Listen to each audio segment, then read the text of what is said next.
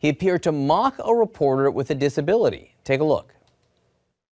Written by a nice reporter. Now the poor guy, you got to see this guy. Oh, I don't know what I said. I don't remember.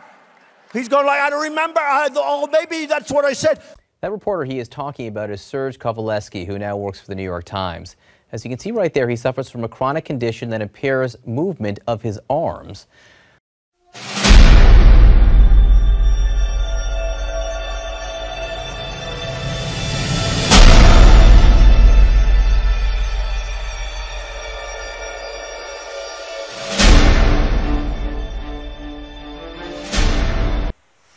A boy named Trevor Harris has Tourette syndrome. It's a neurological disorder that causes uncontrollable movements and outbursts called tics.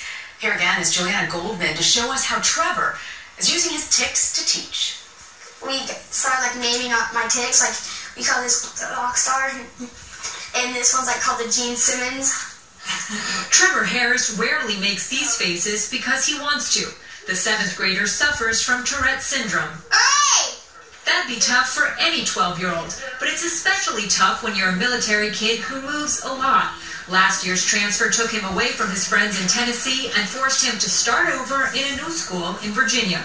When I was down there, kids understood my Tourette's and everything, but I come up here, no one understands me. In my first day, I got flipped off at least 15 times. At school? Yes. From kids? Yeah. There were tears, but Trevor, who is among the 138,000 American kids living with the disease, decided he wasn't going to hide behind his tics. I have Tourette syndrome. He and his school officials decided to educate his peers with an anti-bullying PSA. A tick is not like an insect tick. It's actually where you scream, ah! Make faces, or click your teeth.